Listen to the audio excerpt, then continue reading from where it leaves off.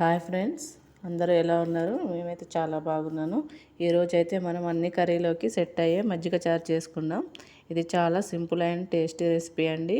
అలాగే అప్పటికప్పుడు చేసుకోగలిగే రెసిపీ. మరియు సమ్మర్లో అయితే మనకు ఫ్రై కర్రీస్తో తినలేం కదండి. రోజు చారు, సాంబార్, రసం ఇవన్నీ చేసుకోవడం కంటే ఇలా సింపుల్గా హెల్తీగా మజ్జిగ చారు చేసుకుంటే సరిపోతుంది. మనకు వంట కూడా తొందరగా అయిపోతుంది. అలాగే ఇది చాలా టేస్టీగా కూడా ఉంటుంది. పిల్లలు కూడా చాలా ఇష్టంగా తింటారు దీన్ని.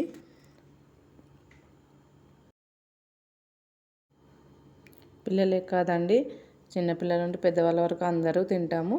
ముందుగా అయితే దీనికి కావాల్సిన పదార్థాలు ఏంటో చూద్దాం. ఇలా మనం చిన్న పీస్ లాగా ఉల్లిపాయలు కట్ చేసుకోవాలి. నెక్స్ట్ వచ్చేసి మనకి శనగపప్పు, నెక్స్ట్ కరివేపాకు, నెక్స్ట్ క్యారెట్ని ఇలా తురుముకోవాలండి. నెక్స్ట్ మనకి ఎండుమిర్చి వేసుకోవచ్చు. మీకు కావాలంటే పచ్చిమిర్చి కూడా వేసుకోవచ్చు. నేనైతే ఇప్పుడు ఎండుమిర్చి వేసుకుంటున్నాను. మనం ఇప్పుడు నెక్స్ట్ వచ్చేసి మనం ఇలా పెరుగుని ఒక గిన్నెలోకి తీసుకొని బీట్ చేసుకోవాలి. ఇలా ముందుగా అయితే పెరుగుని బీట్ చేసుకోవాలండి. మంచిగా మెల్ట్ అయ్యే వరకు ఎలాంటి ఉండలు లేకుండా అయితే మనం మొత్తము బీట్ చేసుకోవాలండి. ఇలాగా దీంట్లోకి మనం కొంచెం సాల్ట్ వేసుకొని నేను సాల్ట్ వేస్తున్నానండి. మీ టేస్ట్కి సరిపడా సాల్ట్ వేసుకొని బీట్ చేసుకోండి. ఇలా బీట్ చేసుకున్నాక మనమైతే ఇప్పుడు కొన్ని వాటర్ పోసుకుందాం. ఈ వాటర్ మీకు థిక్గా కావాలి అంటే కొన్ని లైట్గా పోసుకోండి. మీకు కొంచెం లూజ్గా కావాలంటే ఎక్కువ వాటర్ పోసుకోండి. కొంచెం థిక్గా కాకుండా మరీ పలుచగా కాకుండా మీడియంలో చేసుకుంటే బాగుంటుందండి. ఇలా మంచిగా బీట్ చేసుకోవాలి. ఇలా బీట్ చేసుకున్న తర్వాత దీంట్లోకి క్యారెట్ తురుము వేసుకుందామండి. దీంట్లో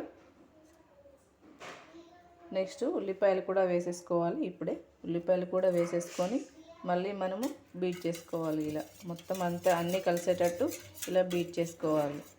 ఇలా బీట్ చేసుకున్నాక మనం నెక్స్ట్ పోపు ఇప్పుడైతే మనం బాండీ పెట్టుకొని ఆయిల్ పోసేసుకుందామండి. ఆయిల్ వేడయ్యాక మనము పోపు దినుసులు వేసుకుందాము.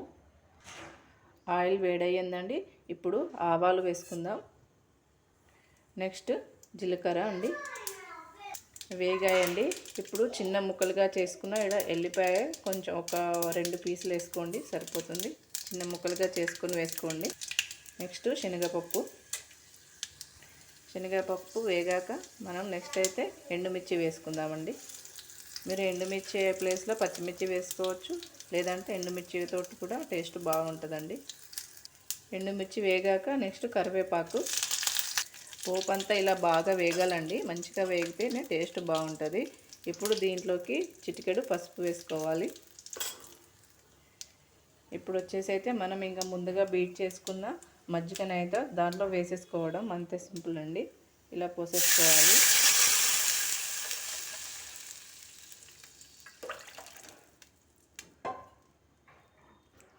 ఇలా పోసాక ఒక హాఫ్ మినిట్ అలానే స్టవ్ ఆన్లో ఉంచి వెయిట్ చేసుకోవాలండి.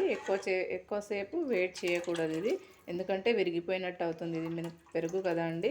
వెంటనే ఒక హాఫ్ మినిట్ తర్వాత స్టవ్ ఆఫ్ చేసుకోవాలండి. చూడండి, ఈ కన్సిస్టెన్సీ ఇలా ఉండాలండి. మరీ తిక్కగా కాకుండా మరీ పలుచగా కాకుండా ఉండాలి. మీకు ఇంకా తిక్కగా అయినా చేసుకోవచ్చండి. కన్సిస్టెన్సీ మీ ఇష్టం, మీకు ఎలా కావాలంటే అలా చేసుకోవచ్చు. చూడండి ఎంత కలర్ఫుల్గా ఉందో. పోపు ఇలా మంచిగా వేసుకుంటే మనకి టేస్ట్ బాగుంటుందండి. ఈ మజ్జిగ ఇలా వేసుకోవాలి. ఇప్పుడైతే మనం స్టవ్ ఆఫ్ చేసుకొని ఇంకా పక్కన పెట్టేసుకుందాం.